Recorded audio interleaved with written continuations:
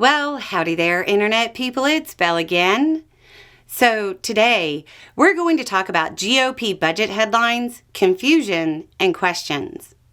So, the House GOP finally got the budget blueprint together for their one big beautiful bill. It is a doozy. The headlines are leading to a lot of confusion. Some of the confusion is spilling over into my lap, creating messages like, quote, I assume I'll see a video from you tomorrow morning about Republicans passing Trump's budget. You've spent the last month telling us that there was no way they'd get $1 trillion per year in cuts, and saying that $2 trillion was laughable. So I assume, being the professional that you are, you will have a video ready to go in the morning about the MAGA cutting $3.5 trillion. I watch you and a few other channels to get the other side. This will be my test. If you don't cover this, I'll know you're just shills. I think it's very important that Americans know we're going to start working on the debt. Well, you got me. Without this message, I never would have covered this. Before we get started, I want to clarify what I've been saying. $2 trillion per year is laughable, and $1 trillion per year isn't going to happen without getting into mandatory spending. That's things like Medicaid, SNAP, etc. That's important. I hope you notice I'm still using the present tense. It is laughable. Still, today. Even after they passed their budget blueprint. Now, let's jump into what they passed and what's in it. What budget did they pass? They didn't. The budget blueprint, which is the first step in the budget reconciliation process, came out of committee to be sent to the floor for a vote.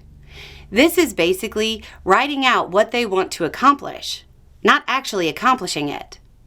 At this point, a committee has agreed to the goals.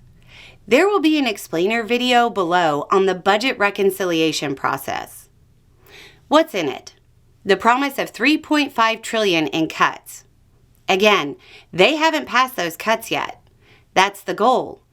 $2 trillion of that is from, wait for it, mandatory spending, Medicaid, Medicare, SNAP, etc. So, as I said, they'd have to cut these programs to get to the numbers.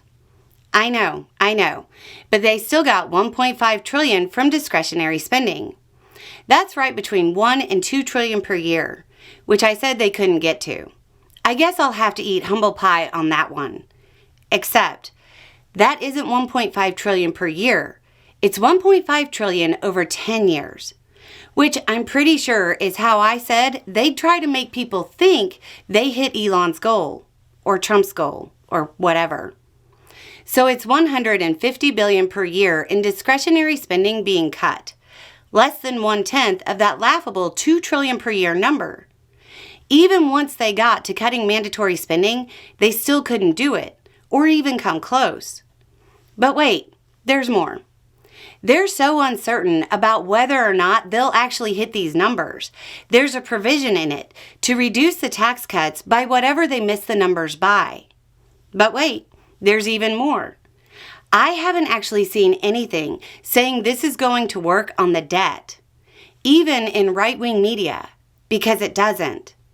In the best case, working exactly the way Republicans hope, which is really unlikely because there are definitely some creative numbers here, it'll still increase the debt by trillions over the same period. And I'll wait to see the final numbers, but I'm pretty sure this is going to increase the deficit. I say again, you cannot cut taxes, decrease revenue, increase spending, and cut the debt. The math doesn't math. This does not deliver on the promises. Anyway, it's just a thought. Y'all have a good day.